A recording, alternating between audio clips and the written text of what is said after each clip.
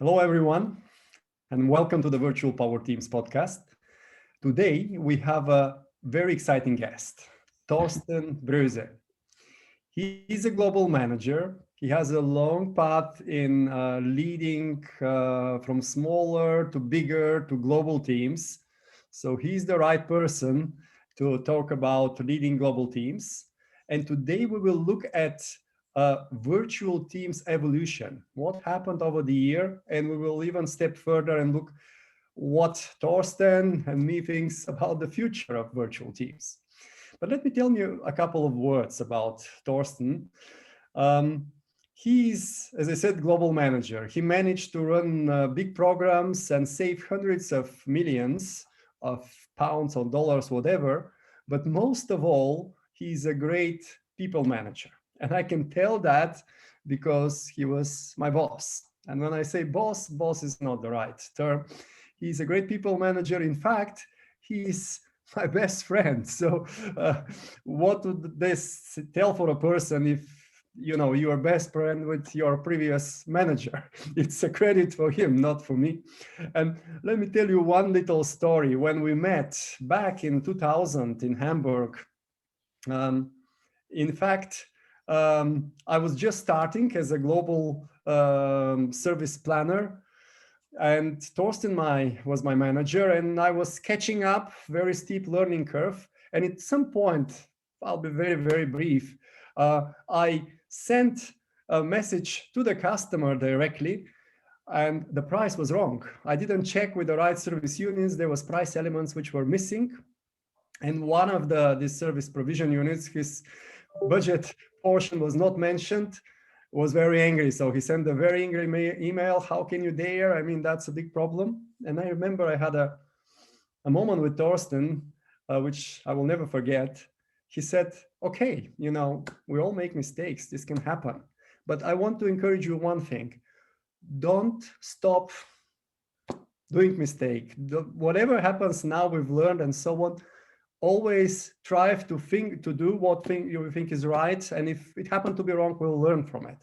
So I will never forget that. It was a moment which I was expecting even from the boss to be, whipped and so on. He said, you can change anything, but don't change this one.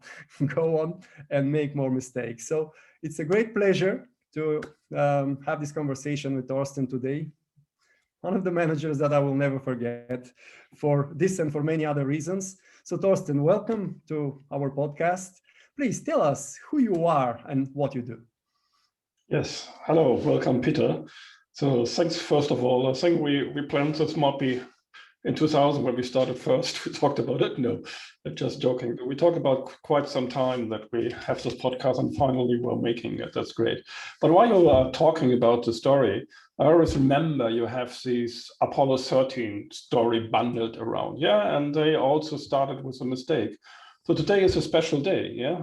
Last night, NASA landed the next rover on Mars, yeah? So it's the same story, a little bit longer, a little bit more complex than our journey started. And you can see how you can flourish if you take your mistakes on board and try to make more mistakes, yeah? So fantastic, Peter, thanks for it. So now coming back to your question. Yeah, I'm Thorsten, I'm based in the lovely city of Hamburg. I'm married, 2 boys. Very happy, looking forward in 2 weeks. I'm supposed to become a grandfather, so next generation arriving, yeah, so looking for this. And yes, I'm 35 years in the industry, so you can call me a senior IT executive or whatever you like, yeah. So I was 20 years in the corporate world, yeah, and there's different industries, retail, FMCG, manufacturing, and also 10 years on the other side, so on the IT supplier side at CM, to work for companies providing services, develop stuff. And really I started as a support analyst, so I had to deal with all these great questions users have if they use technology, programmer, administrator, then the leading of team start with project management, ending up a managerial role in the last 10, 15 years, a couple of directors, MDs, GM roles. So quite a lot. In the last 5 years, I changed a little bit direction. So I stepped off of corporate world, can talk a bit later why potentially, But the last 5 years, I have my own small companies because I love to focus on technology and innovation, and I love to focus on people and investing in people, investing in a company, to act like a business angel. So that's what I'm doing the last 5 years. So happily in corporate world, but even more happy now. Thank you. Thank you so much. And you mentioned Apollo and the failure and the landing on the Mars. They say failure is not an option. That's what, you know, Gene Kranz said in Apollo 13. Yeah. I think the only failure is not to learn from your mistakes. That would be the ultimate failure. Otherwise, all mistakes are welcome as long as you learn and step forward. Yeah, absolutely. And I know you've been, when we worked together and you were my boss, you were based in Kuala Lumpur, you know, you traveled, you had this, whatever, you traveled the world like in a month, couple of times, living on planes and so on. So it's very enduring. For people that haven't done it, may sound exotic, but I know from a fact and from own experience, it's very taxing and takes a lot of energy. Why? And now in the startup world, you know, again, you have to put some extra hours, extra mile. Tell me, what drives you? Why you do what you do? What's the big why behind it? Yeah, it's always a good question. And if you have only one answer, yeah, you might be a great psychologist at the end. Yeah, but I really love to work in global, multicultural, diverse teams. And diverse really means everything. Yeah, it means male, female. It means young people, older people. It might cultural. It might everything at the end. Yeah, and normally what I learned over time, as I mentioned before, I like technology. I like innovation at the end. I'm always curious about new stuff and try to learn it and understand it as much as you can at sometimes. But over my career, I learned to work with people and to grow people is another passion I developed. And these two things I think are my key drivers. I'm ambitious. I really love to set nice targets. And for sure try to overachieve them at the end. But to do this together and not only achieve outstanding results for the company or the organization you work, but also outstanding results for the people, and see for yourself, but also for the people who works for you, that they are going to the next level. That's really what drives my energy at the end. Yeah, and you mentioned that I have driven huge transformation projects over many, many years with all the challenges you face there and whatever. I spent 50 nights a year in airplanes and know all the airlines and airports of the world, which was all great. But 4 or 5 years ago, I said, we have achieved and we have finished, which I think is a good thing if you finally finish something, a huge transformation of the company. We work together at the end, yeah. But at this point, the next round, either in the company we worked or other offers I had, felt a lot like the same. Yeah, so you are going into annual budget cycles, you are going into quarterly reviews, you have this, you have this.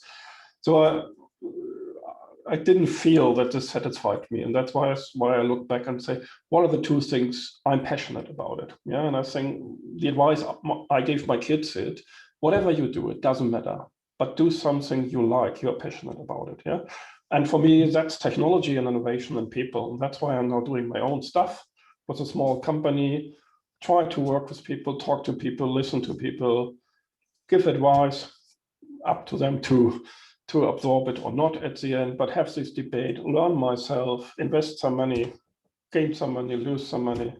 That's what fun. And it gives me also some time to do some silly things. You know it. I love hiking and biking. Yes. And if you can bike from the Baltic Sea to the Mediterranean Sea, I'm always with you. That I love those kind of silly things. So that's why I'm doing what I'm doing. Absolutely great. And I love our hiking tours. You know, you do like whatever 300K. I just joined you for 20K, but nevertheless, it's always very memorable. Now, you are the person who has lived through the development of organizations and teams, and hence virtual teams as well, and global and international teams. From your perspective, what are the stages that you can distinguish in the virtual teams development so far? Yeah, I think this question might have two dimensions. There's one dimension which I would elaborate a little bit first, which is around what is the evolution of virtual teams in the industry or in our organizational society in general. And then secondly, you might look at a virtual team when it started and how it grows at the end. Yeah. And if you look back, I'm still a little bit older than you. The first days in an office, you can't remember. It was a privilege to have a telephone. Yeah. So there was no telephone in rooms at the end. Yeah.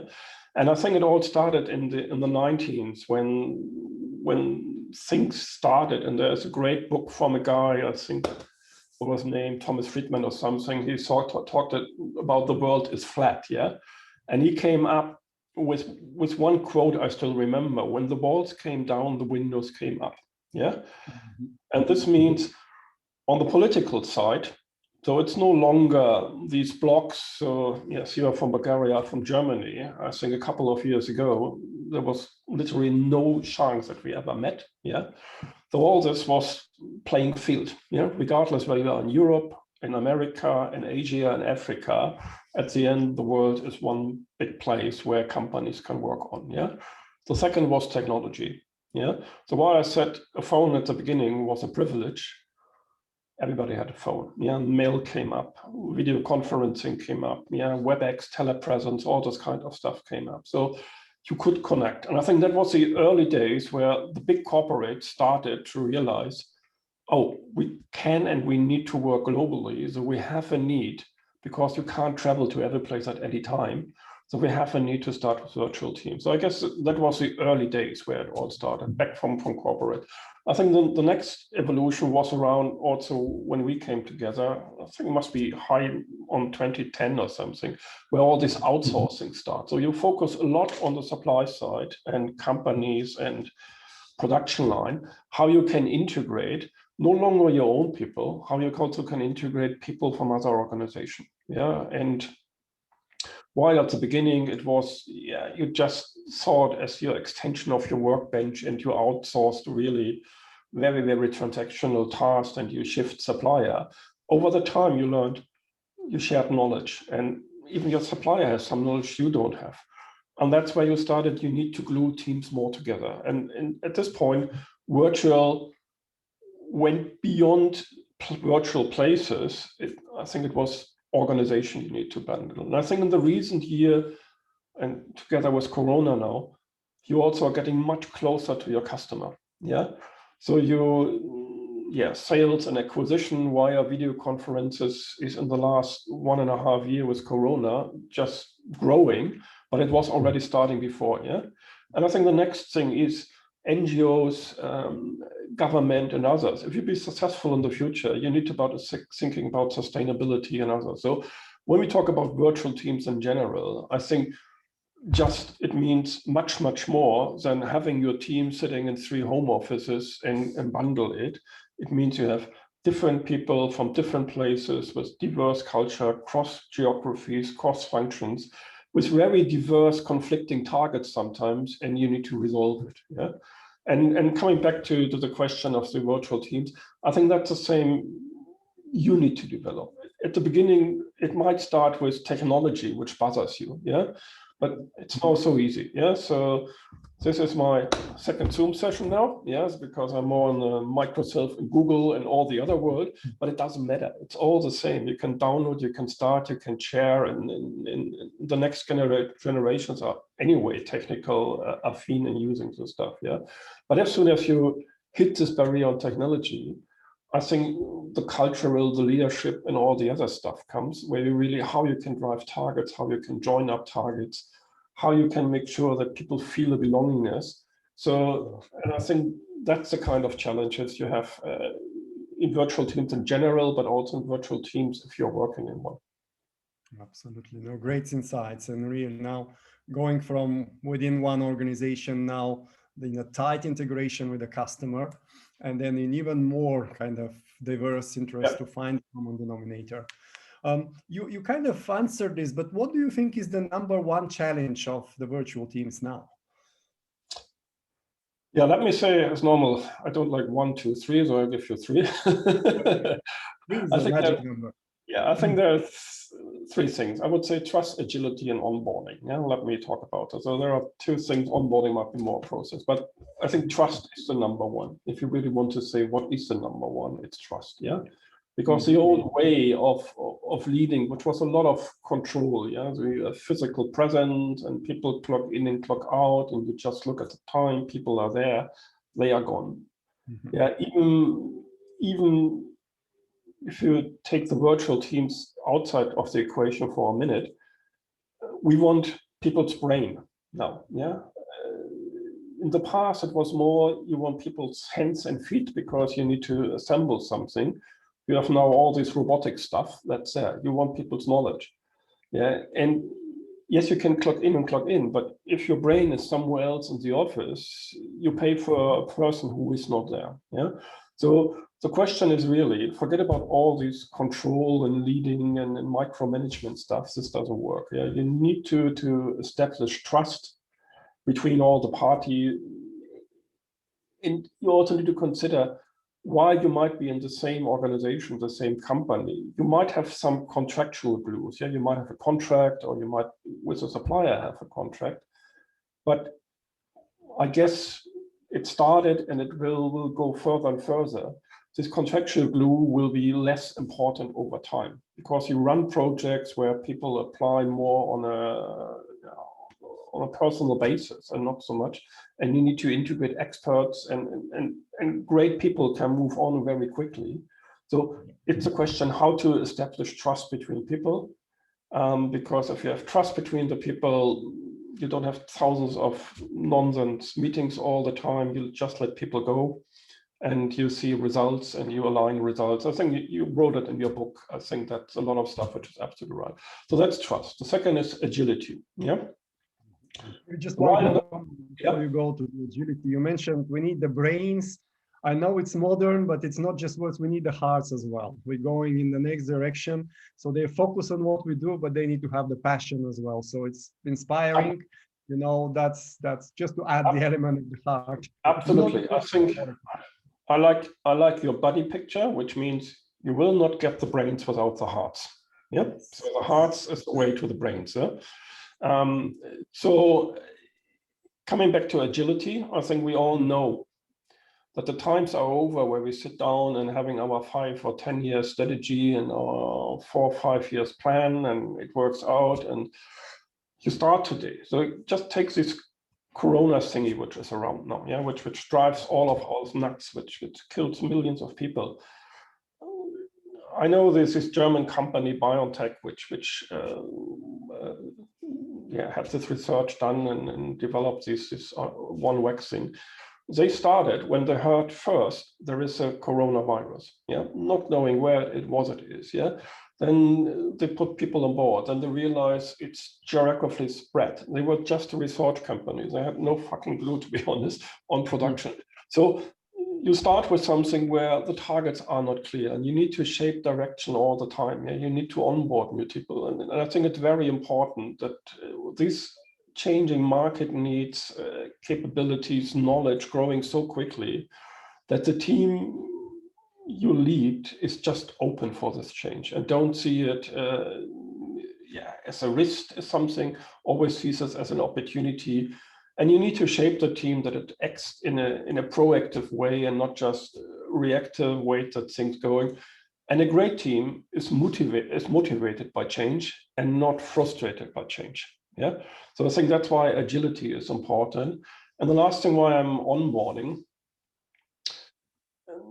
In the past, it was quite, and I just read an article about, even in a CV, it was quite good to see people are staying 5 years with a company. Nowadays, it started the companies seeing, if you're 5 years in a company, it might be you're a blocker, you're too long there. So the times are getting much, much smaller. Yeah.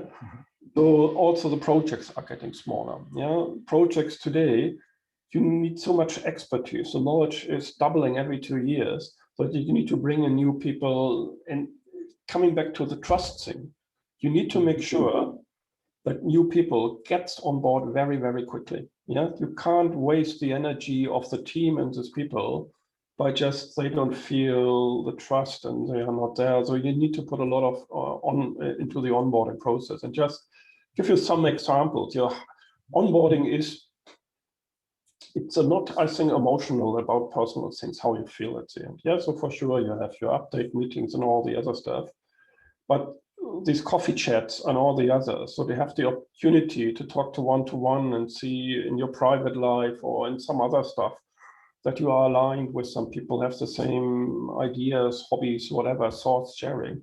That's the important bit. And you might remember it was already 10, 15 years ago. Yes, we have all the video conferences now. Yeah, but what we did is we had our break rooms or our social rooms that people could in. We put a big video screen in. And while we were in KL and had our lunch and talked, the room in London or in Brazil, so forget about time zone, which was sometimes a challenge. Yes, I know, but they also there. The people just talked. Yeah. Nowadays, you can even extend it. You have your virtual gyms and you can cycle the same road while you are in Hamburg and while you are in KL. So you can do a lot more personal stuff together with the technology today, which I think will help very, very easy to integrate people better. But I think that's where HR and team leader needs to focus on. How can I integrate people that they feel emotionally be part of the team and not just give them a task and do it? Yeah. Yes, yes, emotionally. And now we are in a very long, hopefully soon to be ended period of lockdown. What is your view on the home office? Because you've mentioned emotional, more difficult to connect and so on. So let me ask you about your view. What are these are virtual teams, not on demand, but forced to operate in a virtual environment because of the lockdown. And people which were very local, like in the banking industry, I have clients, they were very local, every day go to the office. Now they're forced to work from home and it's very draining. Where do you see the problems and what, from your perspective, could be a solution? I think, yes, it's not me because I'm a little bit more out of day-to-day office, so I cannot say, but I read reports. And I think what I see are two trends. Yeah, and the early trends with home office is, so first of all, home office was there, and before Corona or the pandemic, it was a kind of privilege. Yeah, so some companies did it and find also ways with technology and others, and people can work from home and find a way to balance the private and corporate life a little bit. So that was the starting point. But I think for sure it's now boosted, and a lot of companies, so for production you can't do it. I'll come back to this in a minute, but for many office workers you can do it. Yeah, and people are doing it now, and there is a huge motivational boost at the beginning of this crisis. So a lot of people felt motivated by this, yeah, because they get more empowered. So when you see on the employer side, they are no longer controlled. So I think that's a positive thing. Definitely, people like it. Yeah, they can balance more. And also on the company side, why there were a lot of concerns and say, yeah, but how can I make sure that they are not the whole day looking Netflix or something like this? They learned, yes, first they work longer. Yeah, because normal is the time you commute. People easily have the same rhythm and say, I started at 8, but instead of sitting 1 hour commuting, I'm sitting in front of my desk. So the company already won 2 hours at the end. Yeah. Second, I know with homeschooling was not for all, but many people are working more concentrated. Yeah, so they're more effective on this one, because especially when you have these open plain offices, people got much more distraction at the end, so they're working more concentrated. So the outcomes for the company are also great at the beginning. But what happens now is that people say after whatever 6-12 months in home office, you see a little bit the downsides. Yeah, and the downsides are people are missing social interactions. They feel isolated. Might be you had a baggage when you started with all the social interconnection, and yeah, the first couple of weeks it doesn't matter because you still have this emotional part. But now I think this battery is empty, and so this is something where problems start. The second thing I'm reading and what I see is as well, that people are more tired. Yeah, and there is tired because you need to deal with two people in home office and kids doing homeschooling, and it's just all comes together. And yeah, but hopefully this will go at some point, and the homeschooling and other stuff will come back to normal. But still working there, just read an article from a psychologist who said it stressed us in video conferences if the video is on and we see our own, because we always look at our own and try to have a good impression. Yeah, and just subtitle subtly it puts stress on us. Yeah, so we need to be sure that we are more fatigued on something and we need to deal with this. So you need to make regular break also at home and go outside, have a quick walk and something like this. So I think you need to learn on everybody that you need to have breaks and how you deal with this so that you are not too tired. And also that you have a proper break between work and private life sometimes. And on the other side, I think that's where you started your journey. Their companies and manager and team leaders needs to learn how to manage this team. Yeah, that social interaction is part of a virtual journey. Yeah, if it's allowed, meet together. If it's not allowed, make sure that you are not just having meeting over 2 hours, going from point to point to point. Make sure there are personal interaction, that people share their stories, catch up directly, using chat, Slack, whatever, yeah, just to have short messages, use emojis, just have a little bit of fun. Yeah, I think fun is important in our lives, and it's important in corporate life. And with fun and interaction, I think you can deal with this. Absolutely. No, great insights. And it's really an observation that I hear from different places. People are more tired. If you have like 8 meetings face-to-face, engaging with the people, talking, drinking coffee, the level of tiredness is different than same 8 meetings online. So manage your energy, bring the fun factor. These will be the key challenges. And luckily there are many ways, and there are, people and platforms providing that. Another concern around the home office extended 2020, many big companies were very conservative. They didn't invest so much in training, education, and they were just conservative. But they saw good results from, as you said, people work more and so on. So it did not impact, apart from some industries, travel and so on, which was devastating. Yep. Many others see same or better results. And some of them decided that they will close down their current big, huge offices. The sites as we know them, particularly in the outsourcing industry, where you have thousands of people in a single office, they share cafeteria and so on, will not be the same. They communicated to the people, no, we will have a much smaller place for collaboration and so on. And people start getting concerned. Now, how, on one hand, this emotional drain and fatigue, on the other, how can I manage my career if I don't have interaction with my boss, with my peers and so on? I cannot be so visible. What would be your tip? How can you effectively manage your career in the current environment? Yeah. I think it's a great question. It's a question I think many people ask myself over my career. Yeah, and why there might be a few angles and twists which might be a little bit different now in this more virtual world. I think in general, for me, it's the same answer. I always answer this question and said, okay, at the end, first, look at your career not as a straight line. Yeah, a career is nothing where you start here and you go there straight like this. Yeah, if this is your expectation, it doesn't work. Yeah, so sometimes there's a long period of plateau. Sometimes you even go back, and then at some points it might go up in 1 year, and you are going 1 or 2 level, and it was never planned like this. Yeah, so that's just be clear. Especially when I worked in Asia, we had very eager, very hard-working people who tried every other year. I need to come up to next level, next level, next level. It doesn't work like this. Yeah, but if you want to manage your career, I always said, for me, there were 3 kinds of ingredients which are more or less all important the same level. So the first was a little bit of intelligence is not wrong. Yeah, so you need to be a little bit smart good in thinking. Yeah. So, and what I'm saying here, it's not the knowledge, except you are expert in special science area. Yeah. So leaves it, but general management or career in IT or something. So the knowledge is changing very quickly. Yeah.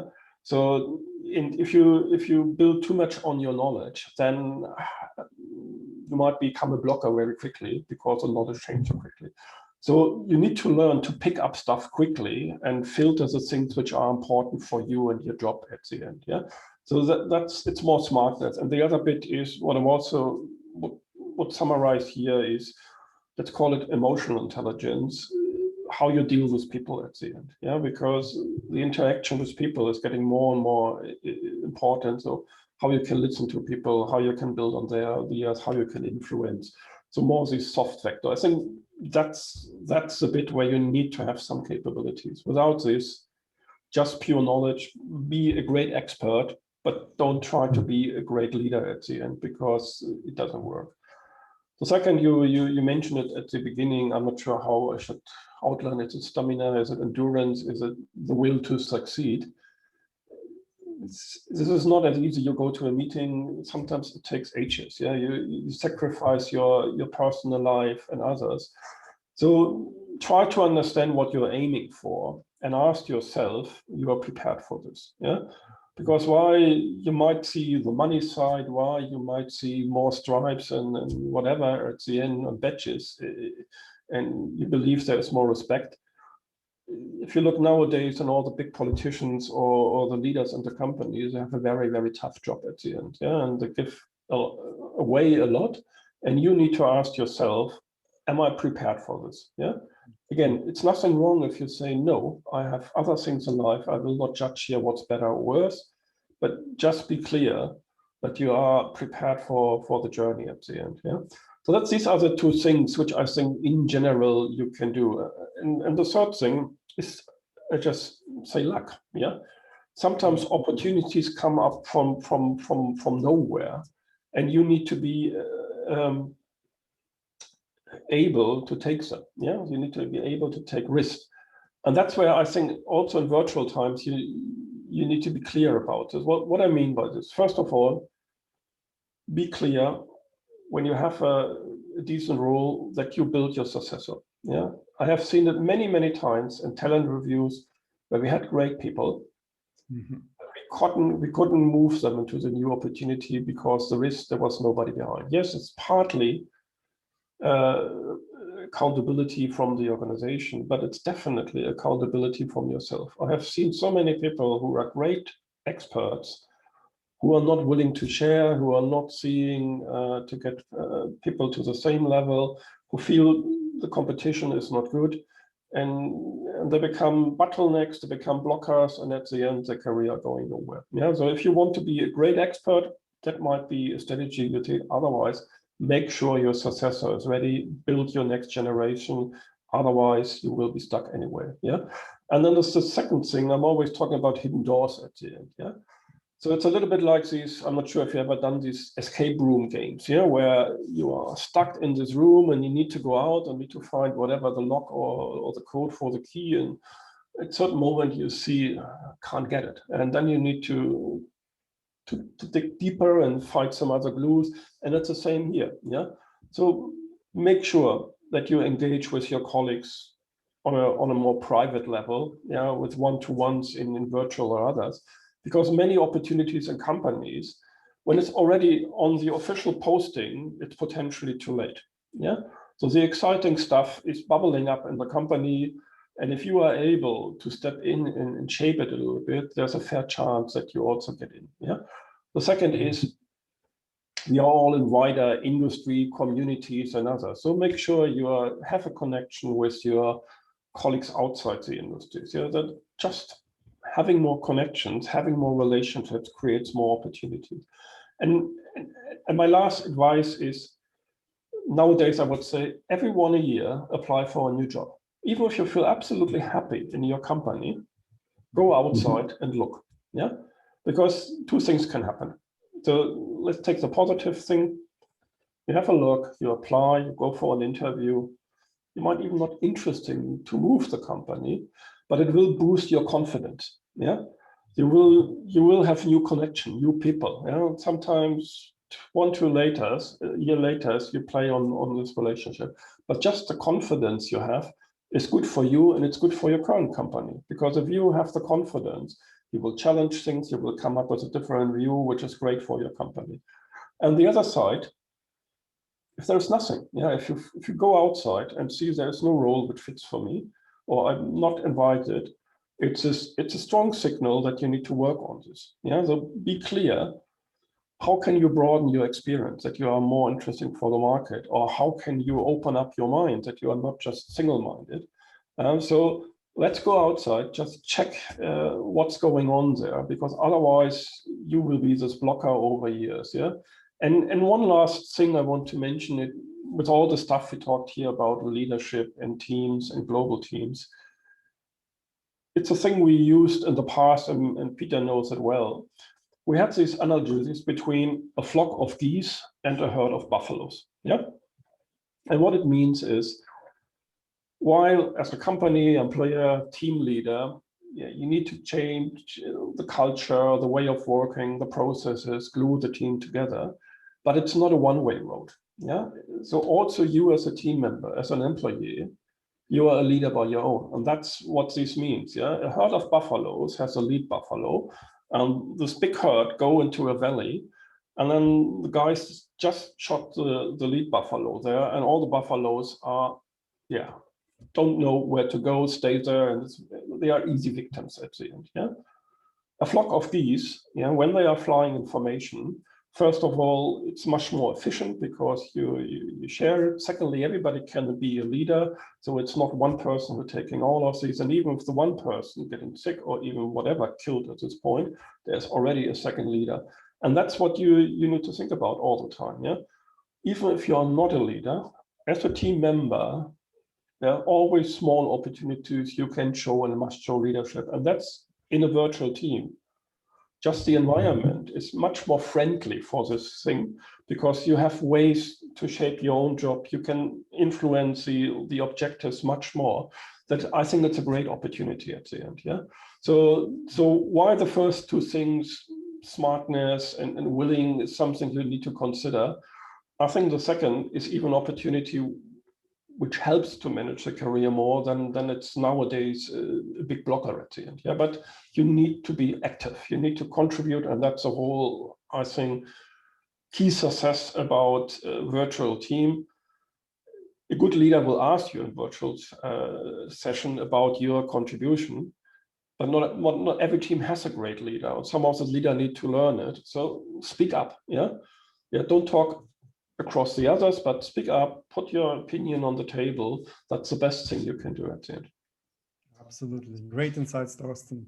Be much more proactive than before. In the past, it was like career was sort of managed for you. Now you have to be proactive. Reach inside, shape your goals, reach outside, maintain your network. And even as you mentioned, you didn't use these words, but this virtual empathy, kind of develop the soft skills over the distance, over the screen, so you could empathize, build trust, and so on.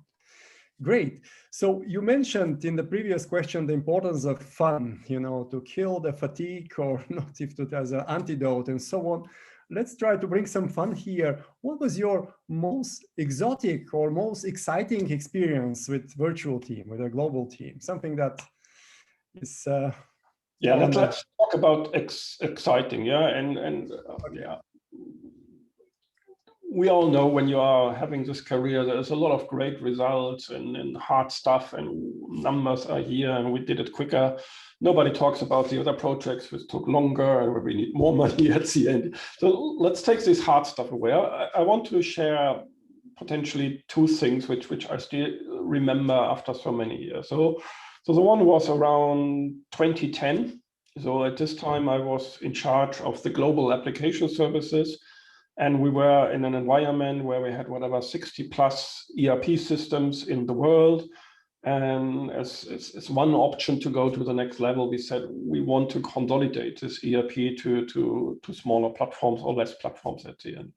So we decided to implement an ERP template, which were developed and where the core team were in Asia and Kuala Lumpur and India at the end, in Africa, Middle East. Yeah. And we decided to implement Africa, Middle East as what we called a cluster implementation, which means we have a core team, which was in Istanbul in Turkey. And then we want to implement these at the same times in, I don't know, 10 countries at the same time. Yeah.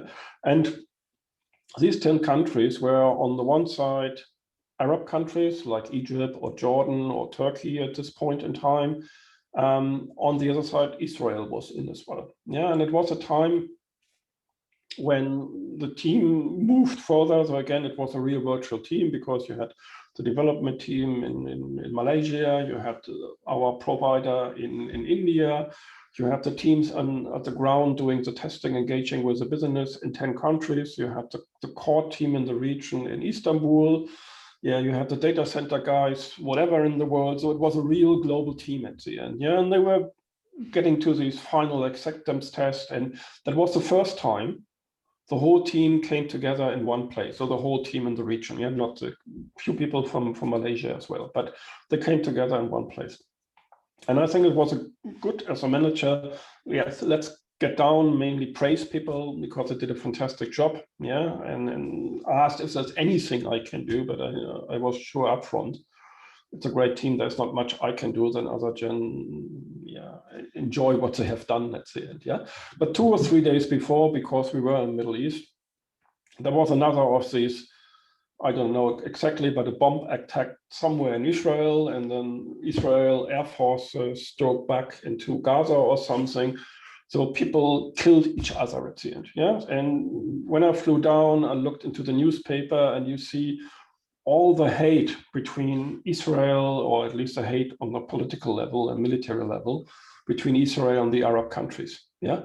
In the middle of this scenario where people killed each other, we tried to implement this. Yeah. So I came down to Istanbul, and as I mentioned, it was the first time these people came together physically. And it was so beautiful to see how the Israel guy and the Arab guys, and there were people from the US, and all of these worked together as one team. And that was something which really impressed me. Yeah? Despite the fact that we implemented an ERP system. ERP is enterprise resource planning, which has. Sorry, yeah. So just this application we implemented there, you see people which, when you open up the news, just kill each other, working together, have aligned targets, support itself, having fun at the end. It was just tremendous. So that's where I'm really was impressed. And when I say, okay, it can be so good bonds, great bonds created in a virtual team if you align them properly and then get them done. Yeah, and if a great leader can do it. Yeah, so that's the one thing. Yeah. Second is a little bit where you started this. So I think it was 13 years in these FMCGs where we met together. And it was a long journey from having whatever 100 countries with a very federated IT service organization where everybody is doing his own, from technology and people, to align it to a very global organization, also outsource and harmonize the technology. It's a long journey, and it was not all fun because a lot of people need to change their job. Some people even left the company. Some suppliers we worked together, we couldn't extend the contract. So it was not all fun, yeah. And at the end, we achieved really a global IT organization. We even on a global level against GM, General Motors or Exxon won some awards. So really did a great job at the end, yeah. So that was fantastic, yeah. But what really surprised me when I decided to leave, and the same like with you, even now 6-7 years later, I still have so many, call it friends, yeah, so like you, but even in Malaysia and India, on supplier and company on customer side, there are so many connections and relationships. And so why? Because it was in so many places, it could be mainly virtual. There are still so deep bonds which last 5-6 years later, and that's why I'm traveling once a year to Malaysia or UK and try to meet up with these people. Yeah, so a little bit more than just the hard facts. I think with virtual teams, you you can really build strong bonds. You can build this trust I talk around. And I think if this is in place, you can achieve much, much more than just hitting some targets at the end. Yeah. It's much more beyond the business results. It's much more even beyond the trust, which is so essential. It's human to human, and it lasts much longer than the project that you work together. So I really believe with you. So we are approaching before the last question, because we promise evolution, we will look into the future. But tell me, what are you reading at the moment or listening in the moment? Something that inspires you? Yeah, I read 3 books in whatever the last 3 months. So first of all, your new book, yeah, which is a very nice blend, hands-on guide on pragmatic approach. So I will call it a toolbox. Yeah, if somebody looks for academic research, you might be wrong there.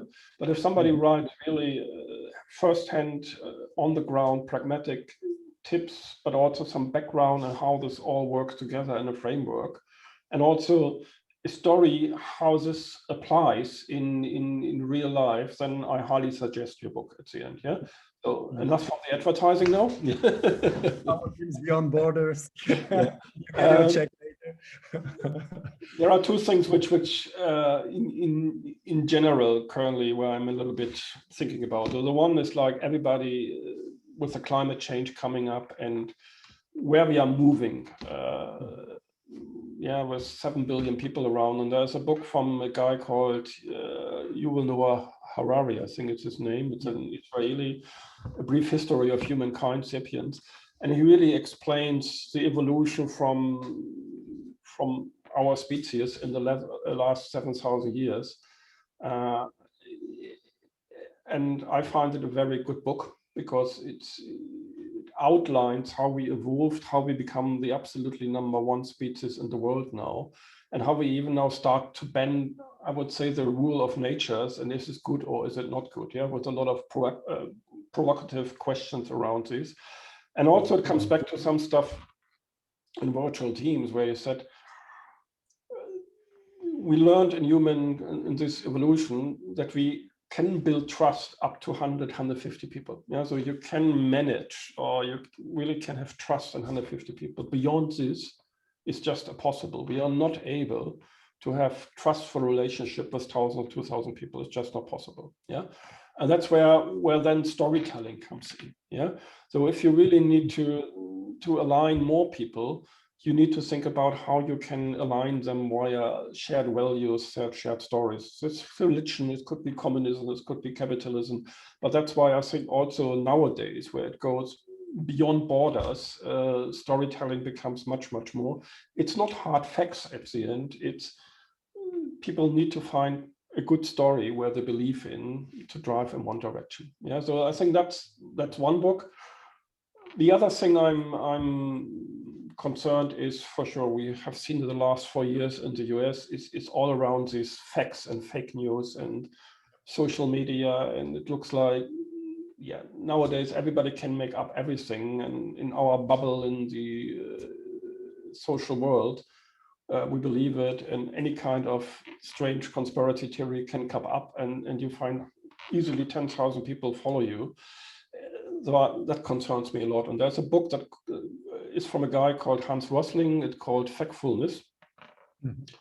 And on the one side, he shows a little bit how we work. Yeah, that in general, because we have so much noise and information around, we can only pick up whatever, so little. Yeah, and negative stuff, because in the past we need to react on risk and fear.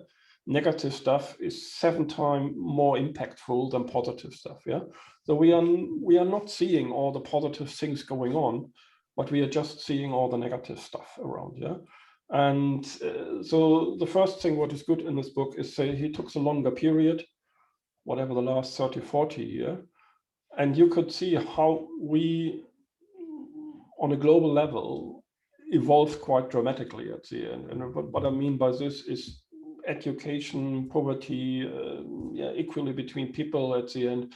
So there is great progress. It doesn't mean we are great in all direction, but there is great progress at the end, health as well. Yeah. So which I think is a positive note. And secondly, it gives a lot of advice at the end when you have some news at the end, how you can deal with and how you can check it, yeah, so that you get more adjustments going back to facts at the end. Because I'm a strong believer, while facts is always in people's mind and every person has a different experience, it's the only way when we start listen to each other and bridge these gaps between left and right and black and white or whatever. Just start listen to each other and start with an opinion. The other person might be right. Yeah, not saying I'm right and I just prove you are wrong. Just try to understand why he's right. And that's a good book which helps you. Great. So we will put the links, Factfulness, Sapiens, Power Teams Beyond Borders. We'll put it in the notes of the podcast. Last question, which is very related to our topic, the evolution of virtual teams. What do you think is the future of virtual teams? Yeah, I think it's a good question. So I think you are the expert on virtual teams. I think when we talk about virtual teams, it's more than just location. Yeah, so it's geographies. It's really bringing together. So it's this kind of context. Yeah. Mm-hmm. Yes. Yeah.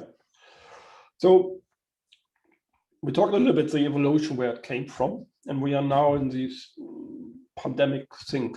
And the big question is now, whatever new normal, however we call it, what's coming 2022, hopefully, or whenever it comes. Yeah, and I had a look. There's a guy, Matthias Hawks, a German guy who tries to predict the future at the end, what he thinks about the future, and he came up with 4 scenarios at the end. Yeah, so he came up with a couple of pessimistic scenarios. So the one is, he called it total isolation, which is, yeah, everybody is now fighting against each other now. Yeah, we are going back to nations or even smaller, just small regions where we all stick together and we only trust on our local level, a lot of nearshoring and other stuff. So if this local pessimistic scenario comes through, I think the virtual team concept will a little bit shrink. Yeah, because it's more trust, physical trust, try to go back to where we came from. Yeah.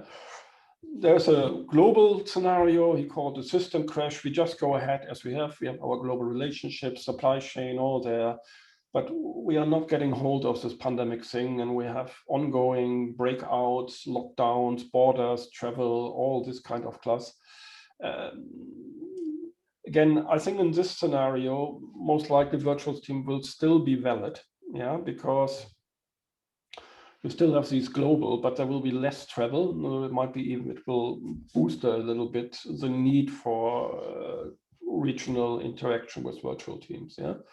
So, but in general, I'm more optimistic people. So he also has 2 optimistic scenarios. Yeah. And the one optimistic scenario, say, again, it's more local way, say, call it neo tribes, which is, we focus more on our private life. Yeah, we focus more on regional production, urban farming, home office. So it's very small community around. Yeah, but we still are mindful that there are some global stuff at the end. Yeah, so in this way, I think home office, potentially not on a global level, but home offices, and therefore the need for virtual working and virtual teams will grow, but it will grow more on a local level. Yeah. And the last one is still local, that we find a way that we can adapt to all of this. We are still on a global level. We appreciate that some of the stuff we face, like climate change and some other of the problems we have, are highly interconnected. But we also understand that we need to do more local. Yeah, because with the pure globalization, we have too many people left behind at the end. We need to find a way that this goes there. But it's still a very, very global one. And that's why I think where virtual teams will be even still more important. And it will go well beyond, I think, the commercial companies. I think you are a lot involved in NGOs already, which are doing this.